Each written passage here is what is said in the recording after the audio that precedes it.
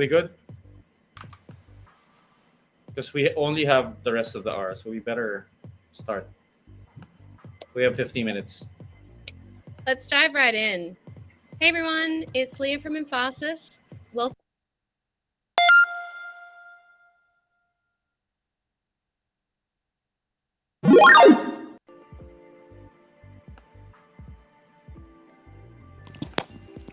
Hey guys, good evening from my side of the world, and yeah, thank you for staying tuned and waiting for us. But yeah, my name is John Sedano, Community Marketing Manager, and tonight we are with the core team, giving us our update for Q4 of 2021. We have the whole team. We have Gabby, we have Beryl, we have Al, we have Colin, we have Sarah, Toby, Jeff, and of course Jinyu, Melissa, and yeah, Leah. Please do take the stage. Thanks, Sedano. Hi everybody, it's Leah from Emphasis. Welcome everyone to the YGG Q4 Community Update. Thank you so much for being here. And sorry for the little delay, but I promise you it will be worth it. So this meeting is an opportunity for everyone in the YGG community to interact with the YGG team. It is being recorded and it will be published. So we assume that everyone here has already read the report. That's the YGG Q4 Community Update that was published a couple of weeks ago. So the main focus of the call is going to be on Q&A. So I hope you brought your best questions. Get ready. When you're ready to ask a question, please pop it in the AMA discussion channel on Discord. That's the AMA discussion channel on Discord. Don't DM the speakers. We aren't going to look. We're only looking at the AMA discussion channel on Discord. So the main focus of the call, as I said, is Q&A, but we are going to hear just very briefly from Gabby and Beryl at the beginning. And also, as Sedano said, we've got some really fantastic people on Q&A later. We've got Al, the third co-founder of YGG. We've got Gultra, he's our Global Chief Operations Officer. Jeff Holmberg, Head of Acquisitions. Jinyu, she's our Acquisition Analyst. And we've also got Sarah Toby, Head of Partnerships. And of course, none other than Sedano, Community Marketing Manager. So they're going to chime in if and when there's a question that is relevant to them. So again, put your questions in the AMA channel on Discord, AMA discussion channel on Discord. And just one quick note, if you haven't read the report since the 26th of February, we did make a slight update since then. So make sure that you've got the updated version. This AMA is going to go for about an hour. And without further ado, I would love to throw it over to Gabby Dizon, co-founder of YGG. Hello, everyone. Thanks for being here. So we're trying out a new format for our community update. We published the update a week ago in document form, and now we're here for some AMA. So we prepared a few slides to cover what happened within YGG in the fourth quarter of 2021, and then after that we'll have a Q&A. So yeah, let's get started with a short presentation. And Beryl, my co-founder, will start. Hello, everyone. A real pleasure to actually be sharing with you the latest findings of the fourth quarter of 2021. So to begin, I'd like you guys to actually focus on the first column, which is under community. So by the start of 2021, we started with 1,600 Discord members, 13,000 badge holders as of September 2021, and 240 scholars. So by end of 2021, we actually have 100,000 Discord members, 18,000 badge holders, and 11,000 Axie scholars. So 2021 has been a really great year for all of us for the growth numbers that we've just shared. Now, focusing on columns 2 and 3, these numbers actually show that we've entered into partnerships this year. So the cost of partnerships actually cost us $10 million. And by the end of 2021, we've valued the partnerships at $100 million. This is a 10 times a growth in the partnerships that we have done at YGG. So there are 3 types of partnerships, 3 particular categories. So the first is the gaming partnership. So we've entered into 36 games, where we actually acquire operating assets for more scholars to actually play with in 2022. The second kind of partnerships is mostly like guild partnerships, such as our sub-DAO, which I will emphasize in the later slides.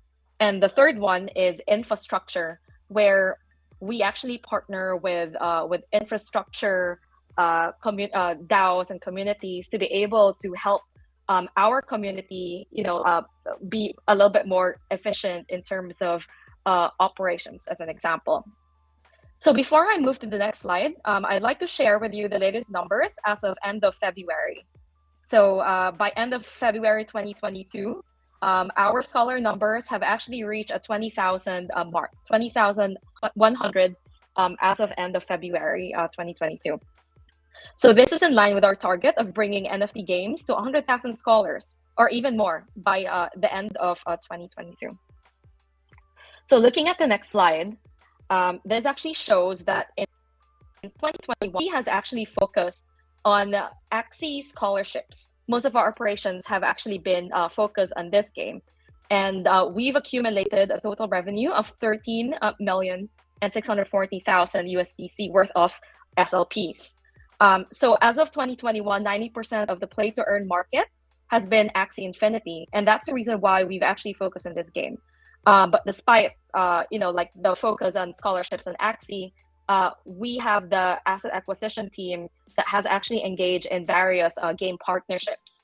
So once these games actually launch, we'd be able to match them with scholars. So with these numbers, it shows that we managed to automate breeding in November. This actually allowed us to scale from 5,000 scholars by end of October to 11,000 scholars by end of 2021. That is 120% growth in that few months, time span, like 3 months. But we started the year with 240 scholars. So in total, that's 4,400% 1,000% growth in just 1 year. So this shows that our technical capabilities allow us to scale at unparalleled growth levels as of today. So the next slide actually shows that we have diversified into 36 game titles last year. We are expecting some of these game titles to be released in 2022. So we expect diversifying our scholarships this year to those other games as well. Now, the next slide actually shows that YGG has grown from 15 team members to 30 team members by end of 2021. So we have actually established a very strong asset acquisition team run by Jeff Holmberg. And the team has aggressively been conducting due diligence on the partnerships that we're doing and looking into the next gameplay that the community is eager to actually enter to. And we have established 3 sub-DAOs in the past year, namely Southeast Asia, NDGG, and LATAM as well. So this is in line with our goal of 8 to 10 sub-DAOs by the end of 2022. So for the next slide, I'd like to focus on our operations in YGG Southeast Asia. So the one running it is actually Brian Liu, who is our investor as IVC Ventures, and he started YGG Southeast Asia sub-DAO. So this is the first regionally focused sub-DAO of YGG, which is launched in July of 2021. And to date, they have participated in more than 30 games right now. So YGG Southeast Asia is focused on Malaysia, Thailand, and Indonesia, and they are now looking into Vietnam as a market. Just to summarize their progress, they have 31,600 scored members in Southeast Asia alone and 4,500 scholars as of the date. So if we add that to the numbers that we've actually just discussed earlier, the YGG network has actually grown at a mass scale.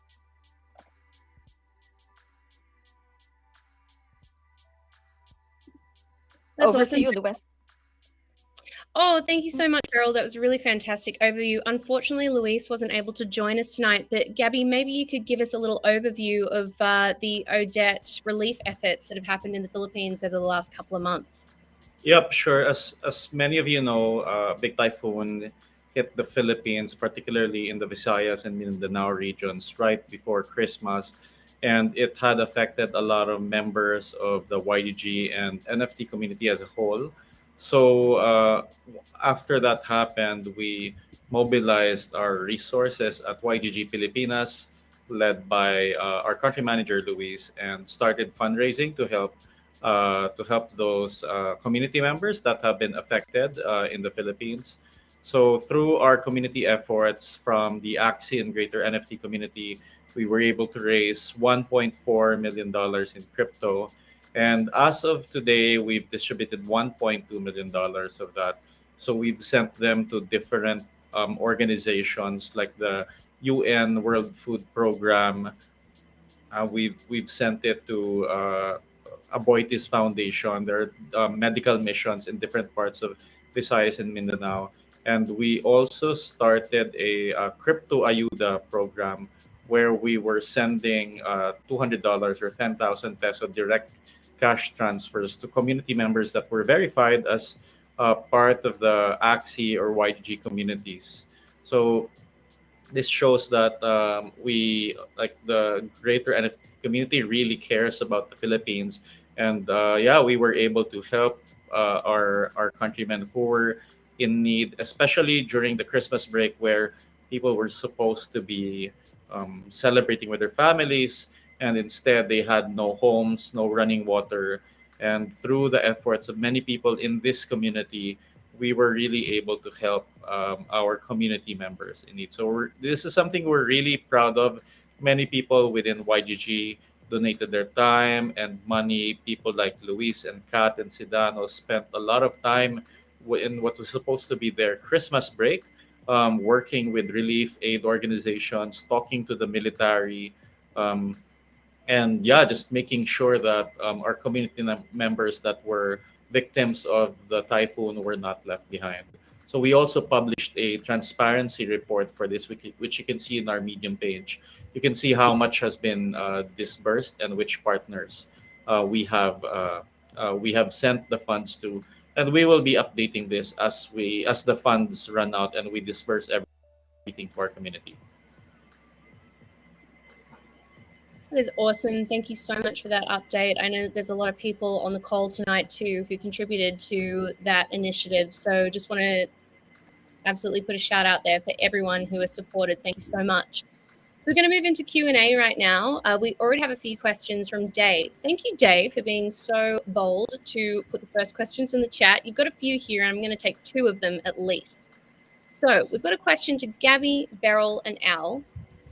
In a previous AMA, if Day is not mistaken, he was told that the level up system would be designed through all three phases in a non-linear way. So is it still broken down in steps on the roadmap and will follow the schedule as described in the white paper? Or has it changed and maybe something else is prioritized? Roadmaps, obviously, they do adjust as we go along, and, that's a challenge. But hey, Al, maybe you would like to take that one. Sure. Hey, everyone, Al here. So that's actually a great question. And just before actually answering, I'd like to say that, things are always work in progress. What we do say in the white paper or what we say openly may change in the future if we find a better way of trying to tackle a problem. We gain experience as we go, and we try to use this in the best capability that we can. So right now, we are indeed going to be pushing something very soon that we're calling Feature of Work. And that is a system that will allow to reward and also give out achievements to people who have done specific tasks. If you do a specific task, you may be able to get a little bonus of something of a sort, or you'll just be able to have something you can flex your friends with. At the end of the day, one of the reasons why people play games, for example, is, oh, you're the only one at the server that beat this extremely complicated boss, and you have some cosmetic that's attached to it. That's an achievement, and we're trying to go with this route, trying to gamify this work, those tasks that would be needed to be engaged with our community. So that's the first step of what we want to achieve, and that we think that this is going to be able to suit many of our upcoming releases in the future. And based on this foundation, we'll be able to grow the system and try to perfect it. So things may change, but this is currently how we're doing. So hopefully this answers your specific question, Dave. Thank you, Al. We're only 25 minutes in. We're already dropping alpha. Day has another question. This one's for Colin. So, Colin, recently YGG opened applications for potential collaborators. Day's question is, he's saying he admits he might be a little bit biased, but he was a former designer on that area, and the form is similar to a general application one. So are the needs of YGG framed regarding design operations, or is it rather other kind of midterm scouting within the community. He actually knows a head of product who has been chosen recently, and he was curious about the potential updates on that. One for you, Colin. Yeah, thanks for that, Dave. So I guess what I would say is one of the core things we implemented was we just set up a breezy board, right? And so I would say it addresses both immediate and intermediate kind of hiring needs, right? So we are there are specific posts. There are several specific posts, on that job board or on that collaborator board. And then there are, I think you are correct in that there are several general applications. So I think we posted several, I think one was in the background of kind of finance and strategy and business operations. There was one in the background of kind of product and design and sort of technical development. And there's backgrounds for the game industry and stuff. And for us, that is kind of a probe. I will say candidly, we vastly prefer community hires, right? Whether that's directly from the YGG community, from the play to earn community, or in the crypto communities of where we primarily operate. And so I think part of that is us trying to take a pulse on who's in our ecosystem and trying to keep tabs on them. And then part of that's also if we find what I would say is like very opportunistic, hires, right? Find people that are very uniquely talented in something, like we're willing to build out workflows to incorporate talent into the core team. And so it's both a very, there were some very specific posts, and then there were some that were very open-ended, and I think the open-ended ones are mostly for us to try to kind of get a continued sort of continued pulse on the community, because the right application, the exact correct job posting might not always be there for them. But yeah, thanks for that question, Dave. Hopefully that answered it. Love that approach, Gultra. We are definitely a community of a lot of interesting people, so I can see the value in keeping things a little bit open sometimes. So we've got a question here for Saratobi. Alexia, are you here? So we want to know, the Q4 report showed 18 new game partnerships. Actually, I think there might have even be more. So what are the games that are releasing this year that scholars showed high interest in? I definitely think that Cybele is on that list of games that scholars are really, really interested in. One which was obviously going to be released this year, but I think has actually pushed back its release date, is Guild of Guardians. But I think they've pushed back some of their kind of key releases to either later this year or next year. I also want to throw in, this is Jeff, everyone. Good morning, good evening, wherever you are. I also want to throw in Fancy Birds. I know some people in the community have seen me buy a whole bunch of those. I'm actually a personal collector and a personal fan of birds myself. So definitely one you guys should check out if you haven't already as well. Also, it might sound that we are kind of walking through this question a little bit. We do have to be careful because there have been some really, really great games that we have partnered with and have purchased some assets in that we haven't just announced yet. So we can't slip on those just yet. But we can assure you that I think from more a macro level answer here, Q3, Q4, outside of like Cybele, Fancy Birds, some of the others that Alexia had mentioned, Q3, Q4 is definitely the time frame that you want to be taking off work, taking vacation, locking yourself in your room on the weekends, because during that time there is a whole arsenal of games that are going to be launching within the YGG community that I think you all are going to love. A lot of new games are very different from what we have currently, and very different from what has been quote unquote popular in the market. Some really wonderful quality coming. So I'd love to share, some of these titles today, but we are binded by some invisible rules and morale here that we're going to wait until Enfarsis goes through those announcements, so that's it's official. But yeah, Q3, Q4, sit tight. We got a lot of big stuff coming. Hey, don't blame it on me. I'd definitely be like, leaking No, everything. not blaming it on you at all. No. So Actually, before you go, Jeff and Saratobi, there's another one here that sits right in your wheelhouse. So, member from the audience wants to know, what's the process on selecting the projects that we partner with, and what's the process of determining the level of investment and support?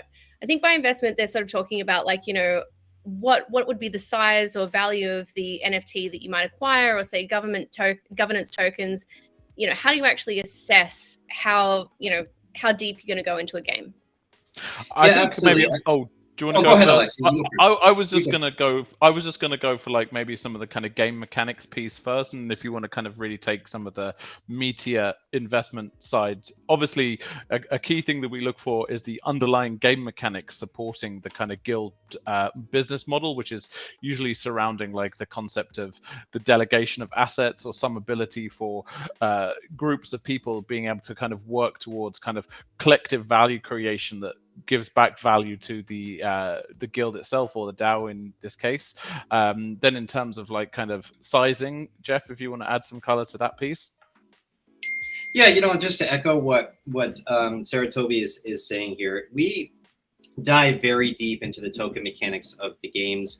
I think it's no secret to say that in Q4 of last year we've seen a lot of flash game type of situations where they were really focused on just extracting the earnings in games whose lifespan, unfortunately, wasn't really that long. One thing that we look at here is quality and sustainability when we're going through these games, and this definitely overlaps with the token mechanics in these games, because when you're creating a game, you're creating an economy. As we've seen with the elephant in the room with Axie Infinity, there's going to be a consistent need to make tweaks to this economy and stabilize it as your player base grows, new players come in, some old players exit, etc. And then, of course, you're also battling, macro conditions in the generalized cryptosphere market as well. So there's always going to be need for balancing. And, as we're talking to these teams, we're really trying to get into their minds, not only on the gameplay mechanics, but also the economics of these teams. How are they thinking for this longevity? How are they thinking for this sustainability? And how does owning assets in this particular game really round out the model of what we're looking to do with YGG, renting out these assets to scholars and making sure that these teams are both on their heels to maintain these economies and maintain that the value of the game isn't overly lopsided.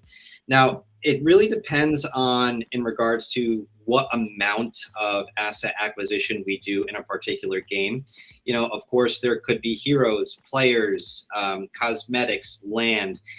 So there is really no direct guideline on an exact amount. We go on a game-by-game basis with this, but it really depends on the parameters and use case of what we could do. For instance, if there was a YGG kingdom in a game, right? Perhaps that might be just one gigantic asset where we might be able to get 1,000 to 2,000 scholars playing in that game. I think our large asteroid in influence is a great example of this, right? It's just one asset, but it can hold several thousand players.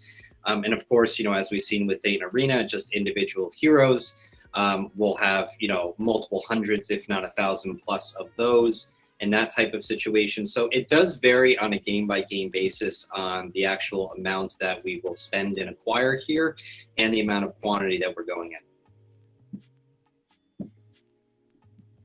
Awesome. Thanks, Jeff. Quick shout out to Vass. So Vass has asked in the Discord chat, if we're going to acquire more sub-DAOs this year, what would be the requirements? And I just want to give a little bit of quick context to that one. So YGG already has a range of sub-DAOs. You've probably heard of YGG Lock, which is the dedicated sub-DAO for League of Kingdoms. We've got another one for Splinterlands, but there's also regional sub-DAOs. So we've got YGG C, which is dedicated to Southeast Asia, IndieGG, which is dedicated to India, and also Ola, which is dedicated to LATAM. Quick one, if you're interested in what's happening in India, IndieGG is actually doing its IEO tomorrow on FTX. So please do check it out and give them some support on Twitter. But, back to Vass's question, Gabby. It wasn't Vass, it was Shin of Vass's team. Oh, my bad. I apologize. My bad. Sorry. Shout out to Vass anyway, and sorry, Shin. Yeah. Okay, so the answer there is that we are actually looking for different DAOs to partner with, either partnership or a token swap, co-create, it might be us, yeah, creating new sub DAOs. And the answer for that is that we want to work with DAOs that either help us acquire more community members. So these are the regional sub DAOs. We have YGGC, Indie for India, Ola for Latin America. We also have a partnership with Base in Brazil. We have a partnership with Jumbo in Africa, and we also want to work with different DAO, sub DAOs that give our community members something to do. So the examples of this are YGG LOK for League of Kingdoms, YGSPL for Splinterlands, and there will be different sub DAOs that are uh, around different kinds of work or and play in the metaverse that will be coming up this year. I don't want to leak any more than that, but you can expect that to be a huge focus for YG going forward, because us playing with other DAOs means that there's just more value created for both sides. Either if other types of DAOs need community members, we have a lot of them in YGG, and then for the YG members, we can find different ways for you to play, to earn NFTs, to own digital assets, and learn more. Thanks, Gabby. So also in the chat, people have already pointed out that even since the Q4 community update, the number of scholars has been updated. So the Q4 update said that there was 10,000 scholars, but today it's over 20,000, which is just insane in terms of growth.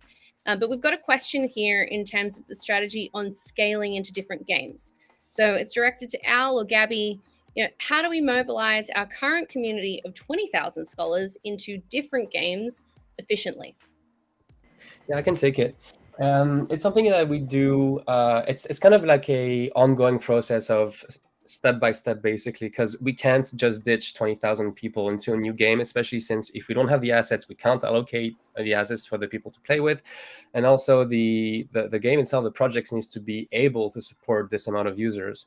Because if they only have, like, say, 5,000 assets, then we can't do anything. So it's we start slow, we start little, having 10, 20, 50, 100 scholars, and then we can start trying to talk about scaling. Okay, can we start to have 10 times more people? And if we can, then we do so. We start to do the automation. That's how the Axie scholarship started. We started small, and then the breeding algorithm and everything managed us to breed more Axies, and then we managed to automate the creation of accounts, having onboarding, having more managers. So it's kind of a thing that's like a positive feedback loop. Once we see that everything is aligned for the scaling to happen, then we make it happen. So it comes to as I said, automation, and also involves speaking with the projects themselves and explaining them what we're trying to do, and hopefully them facilitating our process, so we bring them more DAU and more people involved with their system.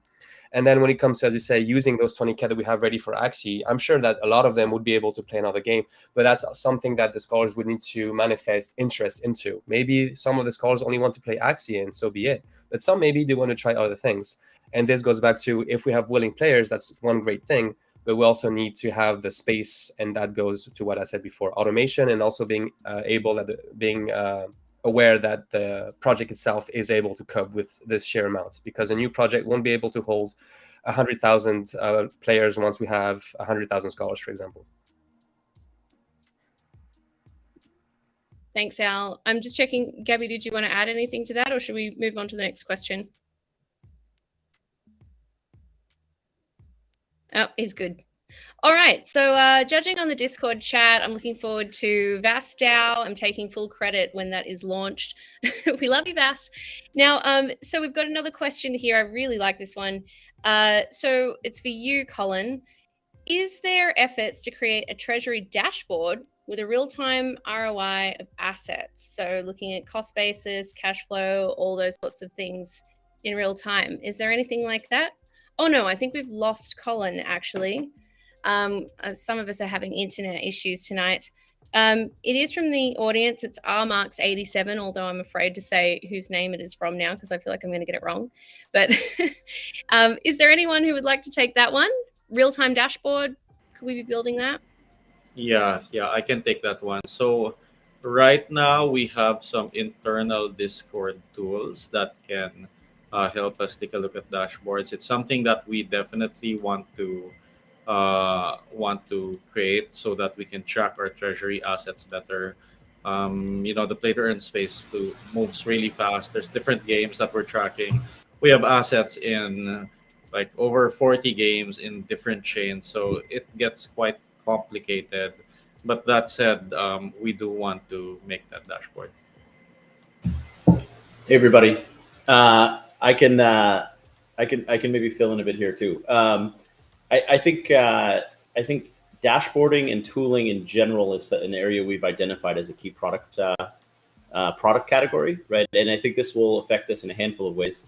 It'll affect us at the scholar and the community level.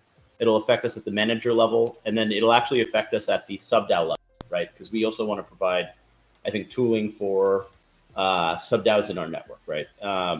And so it is an area that we actively want to collaborate with teams, third-party teams, as well as I'd say bring talented developers and product people in-house. And so that is I'd say a category or even like a little sub business that we hope to build out. I'd say in the next couple of quarters. So it's something very top of mind for the team. I don't know, there's going to be multiple different dashboards, and it's going to be very game specific. Some games have some tooling already for their game players, and I think some will be able to bootstrap it, and that'll actually be an advantage for our guild members in general. But yeah, I think this question strikes a pretty relevant topic and something very top of mind for us. Thanks for that.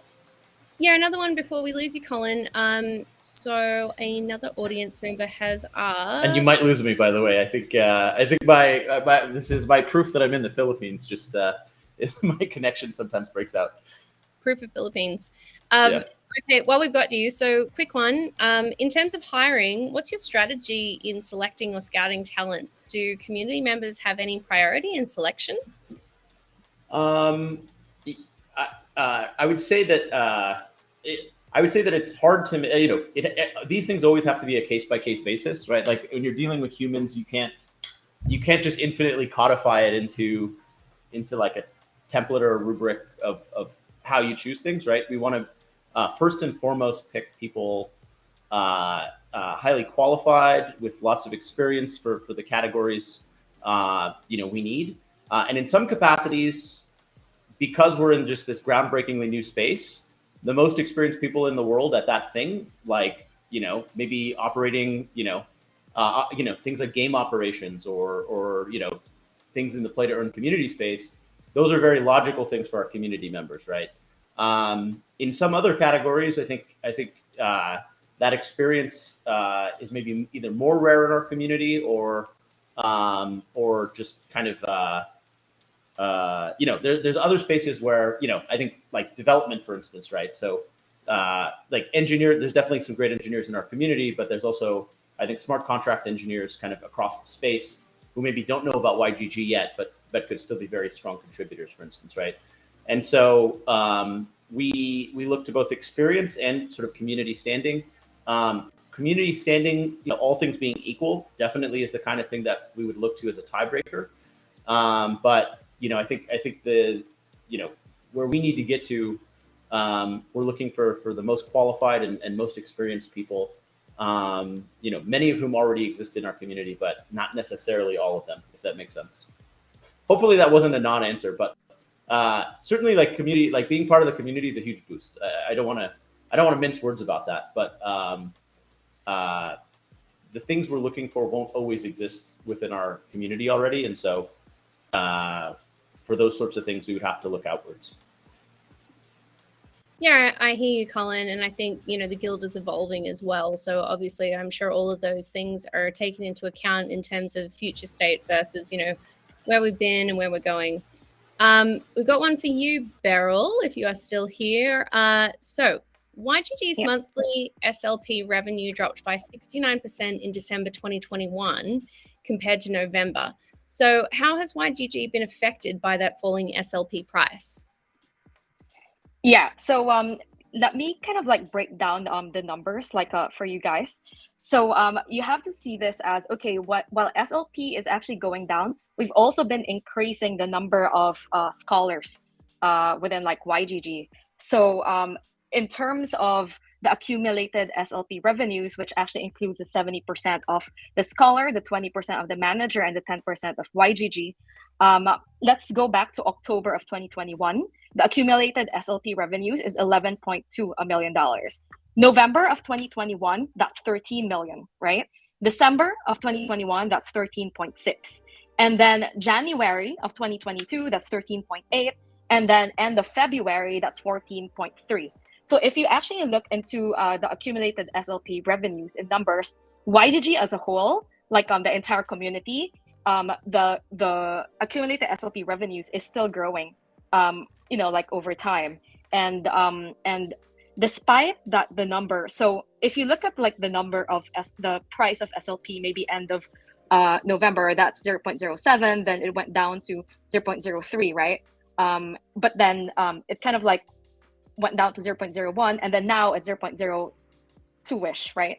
So so the prices definitely affected the SLP in terms of USDC, but you also have to think that we've been recycling the SLP to keep breeding, right? So as long as we do not convert it to like USDC terms, then YGG is still okay. Yeah, I'd like to emphasize with what Beryl said. We actually recycle and breed all of the SLP that we get from our share. Not only that, we also actively buy both SLP and Axis from the marketplace. So yeah, we don't rely on SLP revenue as revenue. Everything is reinvested back into the Axie ecosystem. Thanks, Gabby. Guys, we are coming up to the hour mark. So if you do have questions, make sure you put them in the Discord AMA channel.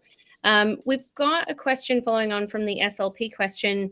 So we were talking about sub-DAOs earlier. How does YGG manage operations of assets when it comes to lending them to other sub-DAOs? Maybe Jeff or Alexi could take this one. Oh, that's actually an owl question. But before Owl speaks, I will preface that by saying Owl has created some tools, even from the very first day of YDG, that allows for us to lend out the assets not only to different managers but to sub DAOs as well. I guess I'll let Owl elaborate on that further. Yeah, no, thanks. Thank you, Gabby. Like security is one of our biggest priorities. We want to make sure that when we lend assets, we are sure that we still have control of them, or there is an easy way for us to get them back. In most cases, this is done in a decentralized, autonomous way, so we don't need to trust anyone. But in some cases, maybe trust will be going. But this whole reputation trust thing is subject for another topic. But when it comes to Axis, it's very easy because we only need to share the emails or the QR code for people to play. We keep the assets in our possession, and we keep them over an array of addresses that we control. And everything is held securely. There is no way for people to access those private keys. So funds are safe in a way. And that's probably one of the easiest ways of scaling. Axie has done it very nicely. So when it comes to deploying into other places, we try to also look into having similar systems where we try to keep asset ownership and allow this lending delegation done off-chain.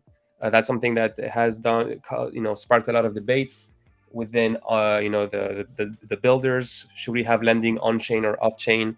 I'm more on the off-chain side because pushing a new standard may sometimes be very hard, especially since if you want many projects to adopt it, some will be more, they'll prefer building their own stuff. So it's just hard to do it on-chain. So having projects do it in an off-chain way is a lot better. And this allows us to keep our asset management in the most secure way. Thanks, Al. So, guys, just a reminder, we are at the 50-minute mark. So we're going to be wrapping up in less than. So if you do have a burning question, stick it in the AMA channel. We had one question from the team. They were saying they saw some tweets about a new partnership between YGG and Union Digital. Could anyone tell us a little bit more about the nature of that? Maybe Gabby, you could tell us, or maybe Beryl could tell us a little bit more about what you guys are doing together. Yeah, happy to. So the idea of YGG, and the reason why we've partnered with Union Digital is because we wanted to be able to provide our community an option, right? To be able to access other forms of uncollateralized loans, perhaps like insurance and real world kind of services. And the partnerships that we have with Union Digital is kind of like an experiment where we want to see, like how it would actually, like how would other forms of uncollateralized loans really help the community and so on and so forth. And if this is actually really successful, we'll be looking into rolling out into our other communities from all over the world. Yeah, let me add a little bit to that. So, Union Digital is a purely digital bank that is built from the ground up with a separate banking license. So, it is not part of the same bank as Union Bank, even though it is from the same owner. So, we're really excited to partner with a bank that is thinking about the metaverse and crypto and the needs of people in our community, such as our scholars and managers. Yeah, I think that's going to be a huge focus of 2022 as well, like where the metaverse meets IRL. How do we actually link those two worlds and make sure that people can thrive in both spaces? So that partnership sounds like it's going to be something pretty exciting as it rolls out. And I love that you called it an experiment, Beryl, because that sounds pretty exciting. So we've got a few more questions here. Colin, another one for you. Do we still have Colin? Gultra, you still here, or has he dropped off? No, yeah, I'm here. You got awesome. me. So, the key focuses on scaling. Are there any departments that are in focus, and what are the current positions that are in priority right now? Yeah, great question. Before I dive into it, a quick shout out to the manager watch party that's going on right now. I think they're viewing us live. I love that there's community watch parties. This is a fantastic question, and I think it dovetails really well into some of the hiring questions that came up earlier. The way I see it is there's a bridge between like 4 functions, and we really need to get that right to scale. There's the acquisitions team, acquisition and partnerships team, which is Jeff and Saratobi and I think and Jingyu and some of the other sort of members of that team.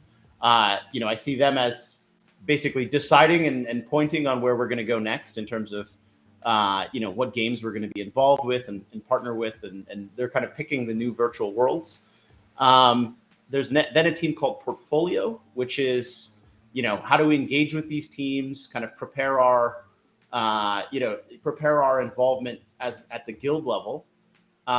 Game ops is the next function, which is we think of that as what's our strategy and what's our actual execution to bring our community members into that game, right? So that can be the ultimate success example that we already can see is Axion, right? So that's the team that is thinking about the meta, thinking about breeding, interfacing with our managers, these sorts of things.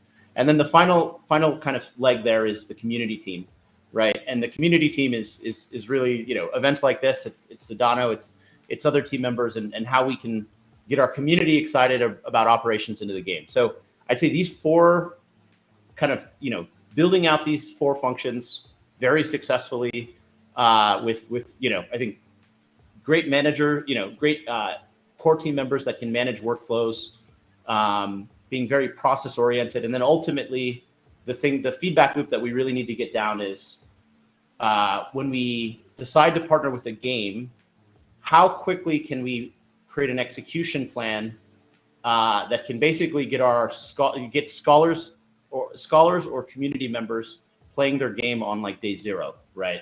Like that for me is the holy grail of what we'd like to get to.